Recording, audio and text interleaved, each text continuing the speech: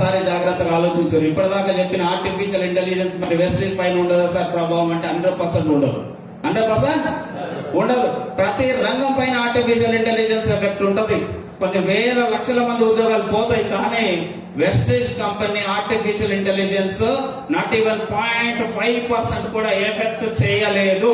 ఎందుకు చేయలేదంటే ఈ కంపెనీలో తయారయ్యేటువంటి ప్రొడక్ట్ ఏదైతే ఉందో అవి నిత్యం వాడుకునేటువంటి వస్తువులు, వంట నూనెలు, టీ పౌడర్లు, కాఫీ పౌడర్లు, సబ్బులు, షాంపులు, పేస్ట్లు. 1,00,000 మంది వాడేటువంటి వంట నూనె ఒక మిషన్ వాడుతుందా?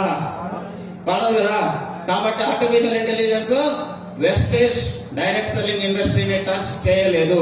ఇది గమనించినటువంటి మన్మోహన్ సింగ్ గారు ప్రధానమంత్రి కంటే ముందు ఫైనాన్స్ మినిస్టర్ గా పనిచేసినప్పుడు కొన్ని కంట్రీస్ తిరిగి ఒక 5 నుంచి 6 కంట్రీస్ విదేశీ పర్యటన చేసి అక్కడ ఉండేటువంటి మార్కెట్ ను అప్డేట్ చేసుకొని నేర్చుకొని ఇది ఇండియాలో పెరగబోతున్నటువంటి నిరుద్యోగాన్ని తగ్గించడం కొరకు ఒక అద్భుతమైన మార్గం అని ఊహించి దీన్ని కనిపెట్టి 1990లో ఈ ఇండస్ట్రీ ఇండియాకి పట్టుకొచ్చింది సార్. ఇది 100 సంవత్సరాల చరిత్ర ఉన్న ఇండస్ట్రీ.